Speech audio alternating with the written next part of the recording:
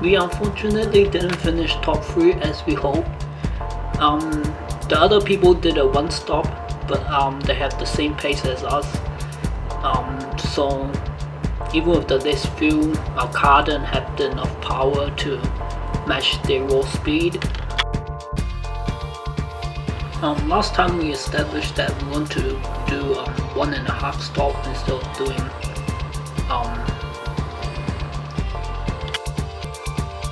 the 2 stop. So initially we were planning to get just enough fuel to do the full 80 laps, but then we decided to add a little bit of fuel because we're only 22 seconds or so slower with the extra fuel load, but we'll have a better chance of covering a longer race distance if there's any weather change. But there wasn't any weather change, and though a 22-second loss normally isn't that big of a deal, but this time, because everyone is very I wouldn't really say competitive, but because it's early of the season and everyone has a similar car and specs, so every second matters. So if we were 23 seconds quicker, then we'll potentially finish 3rd or 2nd. Next time I should be a bit more brave and take a little bit more risk in the strategy. But looking at some of the race results, with the 70% of rain or so, there is some reasonable probability that it becomes dry in a few laps. And if that happens and we had enough fuel to cover the entire rain distance without doing extra pit stops and the wet and the dry laps, then our strategy would have paid off. We also saw that our driver have not made any mistakes, and we reduced his clear risk by 6. Previously it was 6 and 3 for the clear track risk, and we reduced it to 0. And no errors is essential for a good race, because every error is about 5 to 10 seconds slower, and no matter how much time you've gained, you throw all of that away. So last time our driver keeps making errors even with the lowest risk, because his concentration was about 90 and his experience was about 30. And with more experience, we know the driver is more consistent, but currently experience doesn't seem to provide much consistency or pace at all. But the main benefit I would say is that it will reduce the car wear while we look at the calculator tool. So reducing the car wear and slightly less fuel required to drive the race, and reducing the car wear allows us to save money. And when we looked at the calculator tool, the reduction in car wear is significant when you have more experience. So like 100 points more experience will reduce the car wear a lot. All of the savings from making the car parts last longer would be significant throughout the entire season, and that makes a huge difference. Also, I've noticed from the calculator tool with the car wear and all of that, and the overall for the driver,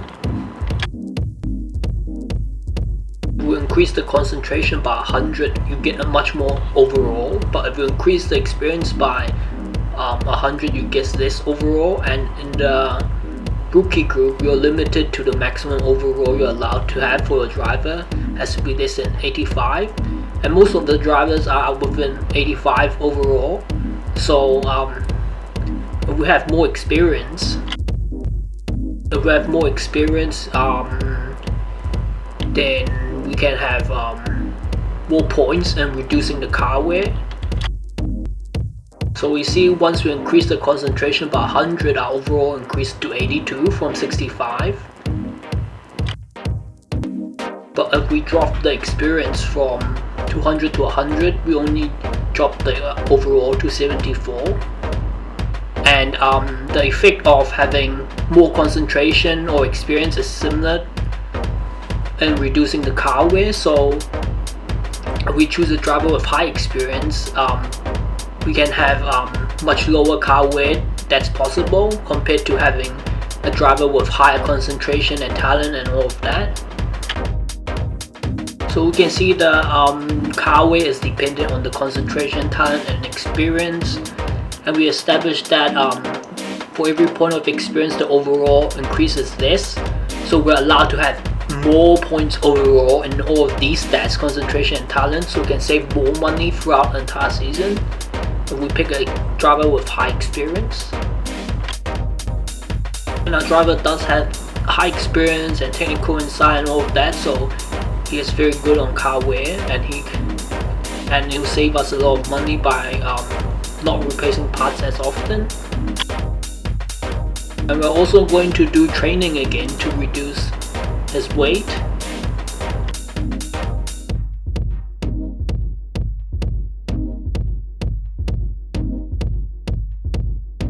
We're not really going to increase the concentration much because he's already there, and previously we established that the amount of time loss or the amount of error he makes is dependent on the track. So some tracks he might have a peak error of 1.5 seconds, but some other tracks it might be like 0.2 seconds. Then if we have a high concentration, then in that case we wouldn't have any performance gain, but that's why we're reducing the weight, so we can always have better performance.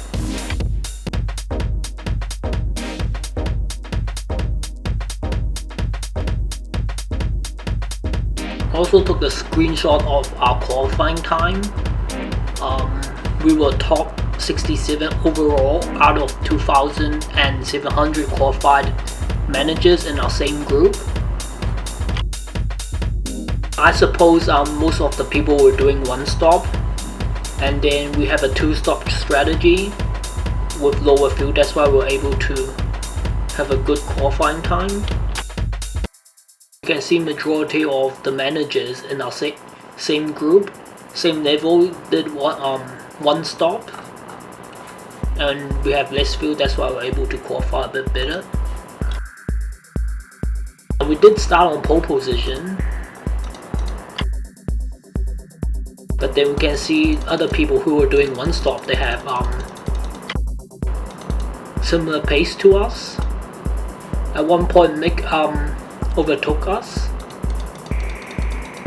and he's doing a one stop strategy, so he had the same pace as us. And we look at all the top contenders during the first stint, they have the same pace as us, even if they have higher fuel load on doing one stop. And we already established that we will lose about 80 seconds if we're doing one stop compared to two stop. So I suppose the difference in time here is mostly due to us having a poor driver, and we don't have fast pace, and our pace is poor.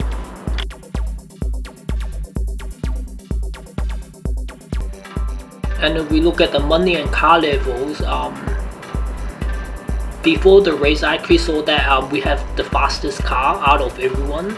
But after the race, I think Marek, the leader, has upgraded his car. That's why he's has more performance than us now. But I think it's mostly due to others having better drivers. That's why they have such good pace and performance in the race. Our driver is lacking consistency because his concentration is only 120, and we ideally need 160 or so to have good pace. But then we don't have enough points and experience. Then we can't save money and replace car parts less often. And then with less car performance, obviously, and throughout the entire season it will be not as good. So short term, we need a very fast driver, but throughout the entire season, we want to look at investing and medium term gains. So what we picked right now is perfect for entire season because we can save money and have much more money to spend. If we look at the managers with the top points, right now is the people who have top points are ranked first, but then they have not done any testing laps. and we've done 200 testing laps, and then our car is going to be much faster next race because the testing laps going to take effect, and then we're going to have the fastest car for our entire group.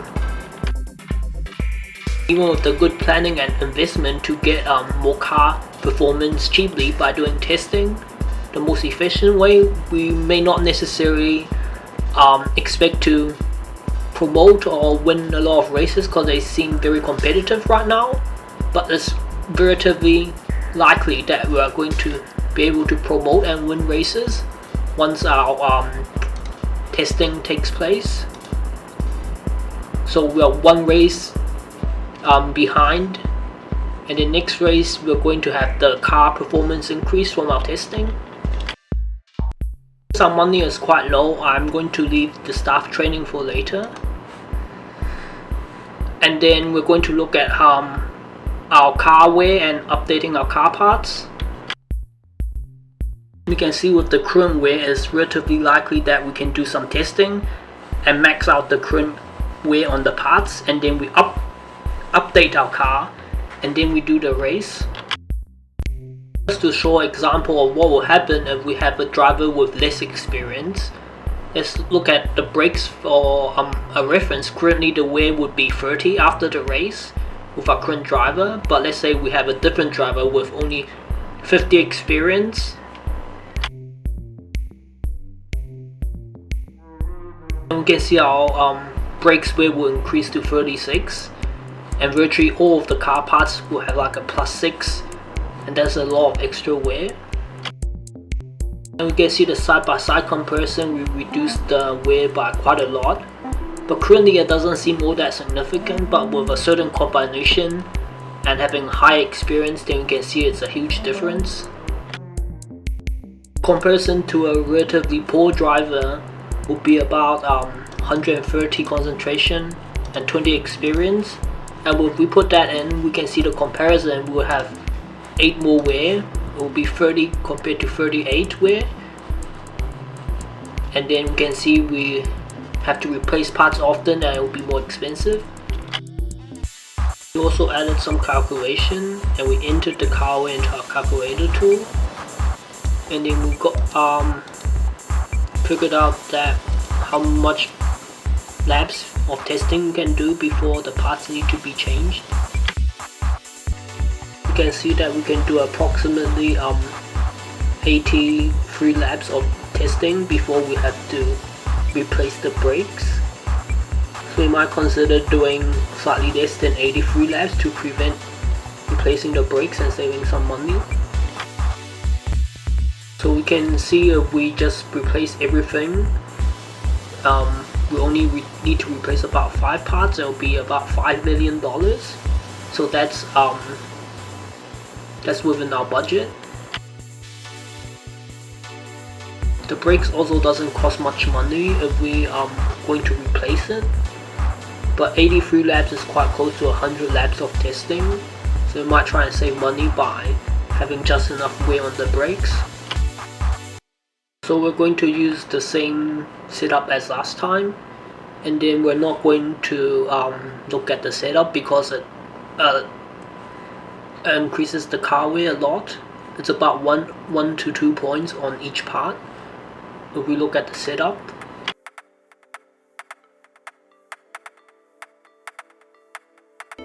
We then entered the difference in car wear after we did this stint, and then we can see as a reference how much our parts would last.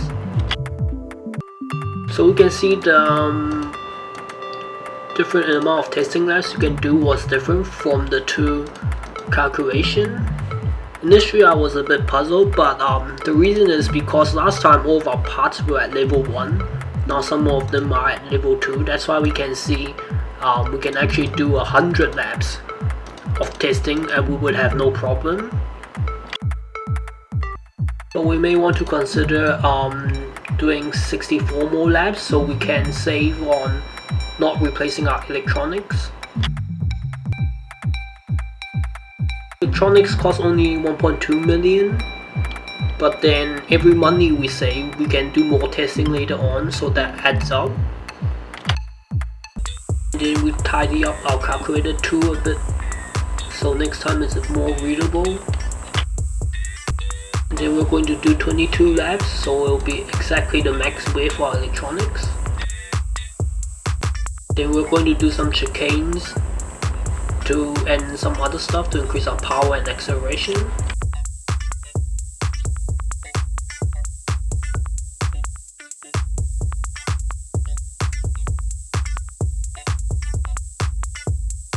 Then we forgot to look at some of the car parts. If our weight is above 100, I mean above 90, we're not allowed to do testing anymore. But I think we can update our car and come back and keep doing testing. And then we're going to replace our parts.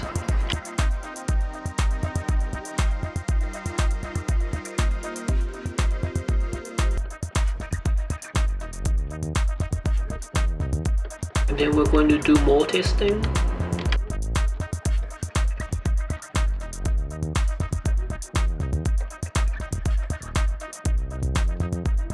Braking increased our handling, that's not what we were wanting. So I clicked the wrong one. I think I'm supposed to click on the overtaking.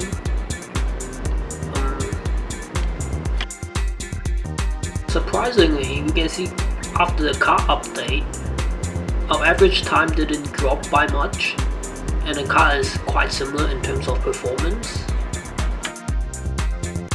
Then we're going to do our final testing. Now we should have just enough weight on our electronics.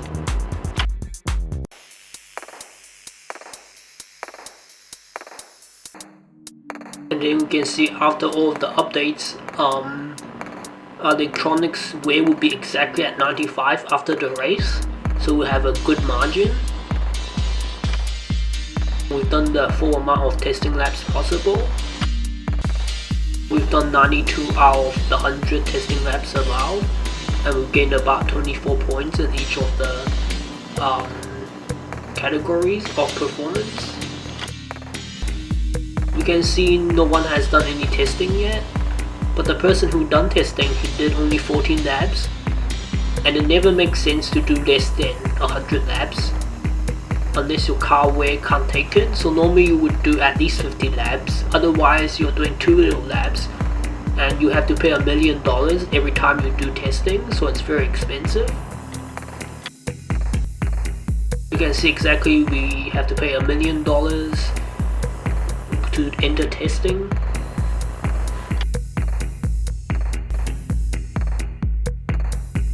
And since we have more than enough money left, we're going to train our staff more. I think the concentration training is quite good because it's very cheap, and then we know that even from our driver it has to concentrate well to have good pace. And if we look at our car, now we have the fastest car out of all the top contenders, but they haven't qualified yet, so they may upgrade the car more. But our car is very good right now. We have a look at the sponsors negotiation and nothing has happened at all. Then we're going to look at the calculator tool to look at our tire wear, and I entered that into my calculator tool. Let's see, if we consider 3 stops, our tires can last 15 laps. I also entered all of that information into our calculator tool. We also entered the data of this current race into our calculator tool to look at the characteristics, and we can see based on the overtaking, tire wear, and fuel consumption, it's 1.33. So the lower the number, that means we should consider doing less pit stops, and the higher the number, that means we should do more pit stops. And 1.33 is normally 1 stop has similar pace to 2 stops. You can see from the calculation, if we consider doing 3 stops, we'll only gain 36 seconds, and 1 pit stop is about 45 seconds. And if we do 1 pit stop compared to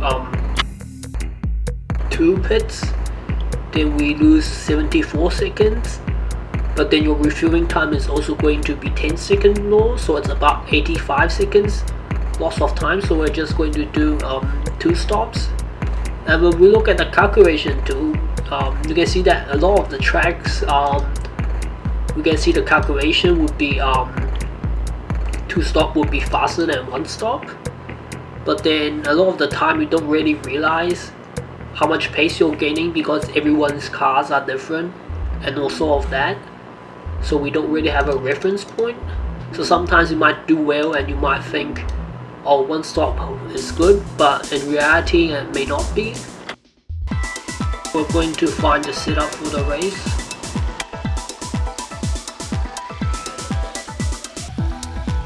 Then we enter the values from our calculator tool.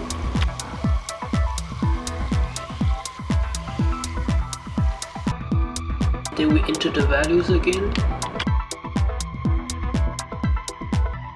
But we forgot to increase our find step on the setup, so we just wasted 1 testing.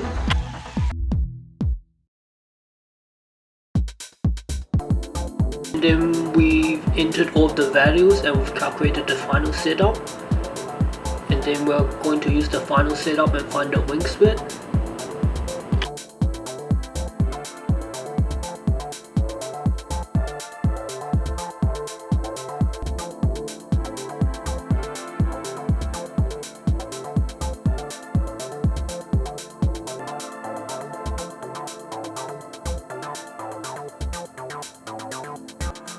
So we've tried 40, 80 and 0 wing split, and we can see that 0 and 40 wing split have the same time, so the optimal wing split would be 20.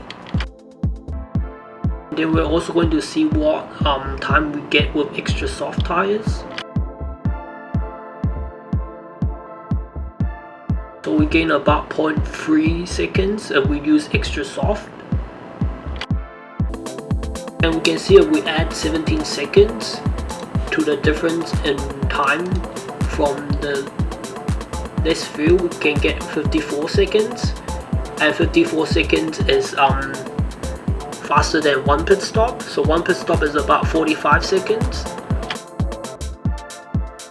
So we can see our qualifying time was 36.3 and the best managers is about 34. And if we look at top 10, then it's about 35. So we do have a good chance of winning the race. But then if we look at some of the managers, one of them are considering potentially extra soft tires because his difference in Q1 versus Q2 time is quite low. So even the track characteristic says we should do says 2 stop is similar to 1 stop, we might consider 3 stops.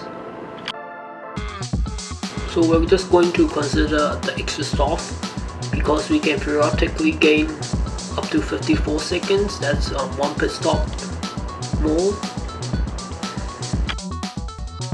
After the pit stop, which is about 45 seconds, and refueling less fuel, the pit stop will be quicker, so we might gain up to 10 seconds or 20 seconds. So even though this track might be 1 or 2 stops, we are going to be a bit more risky and just do 3 stops. And still early of the season and we can make mistakes. And we don't want to try and make mistakes at the end of the season. And we entered the correct wing split 20, and then we're going to do Q1.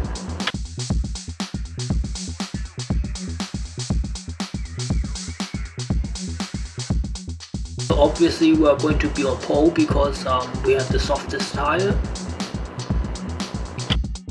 The correct wing split potentially gained us about 0.16 seconds, so that's quite a bit. So we spent more laps doing testing, we would not be able to look at the difference between soft and extra soft. And normally the fine step, if it's 2 or 3, then it's normally good enough and we can spend more time looking on the wing split. So if the fine step is 2, if the fine step is 1, then our setup is within half the happy range, and if it's 2, it's within 30% of that, and if it's 3, then it's 25%, so it's very fine. So it's about less than 20 of error on each setup already. We're going to do 15, 15, 15 laps, and then one of the final laps we can't do boosting, so it's a bit less fuel, and we also entered that, so it's going to be 62 liters of fuel compared to 65. And we also entered the car wear into our calculator tool for setup, so we can get the correct race setup. We know that Q2 is 1 degree lower, and we already entered that into our calculator tool.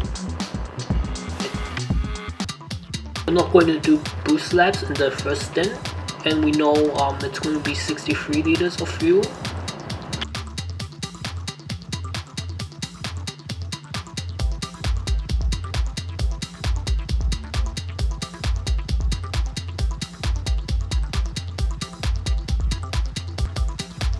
And I think we're going to qualify on pole position. Considering we're using the softest tires, our qualifying time doesn't seem all that impressive, but I think Tomase might be also doing free stops. We know that from past races he likes doing free stops. If we look at our Q1 versus Q2 qualifying time, a lot of the current drivers may be considering 2 or 3 stops because we qualified 47s, and in Q2 we're only 77, we're a bit slower. We know the average race temperature is 26, and it's 1 degree more than Q1, and we entered that into our calculator tool, and we have the final setup. So we're going to do boost laps after the first pit stop, and then one more pit stop after that. And we do boost laps on the last pit stop, we don't have many laps left, and it's not helpful. The idea of boost laps is that the driver can push hard and gain information about the track, and he would do the lap times a bit quicker in the following laps. And then we added 5 to our overtake and defend risk, because last race was raining and we had to use lower risk, and this time we increased by 5 to the correct risk. So we've finished the race setup. If we look at the car performance, Tomase's car is not all that much slower than us, that's why his pace is quite similar in qualifying. If we look at our driver overall, we have one of the top drivers, but it's not about overall. Normally it's about if you have the correct stats. So overall doesn't really mean much as long as you have the correct stats.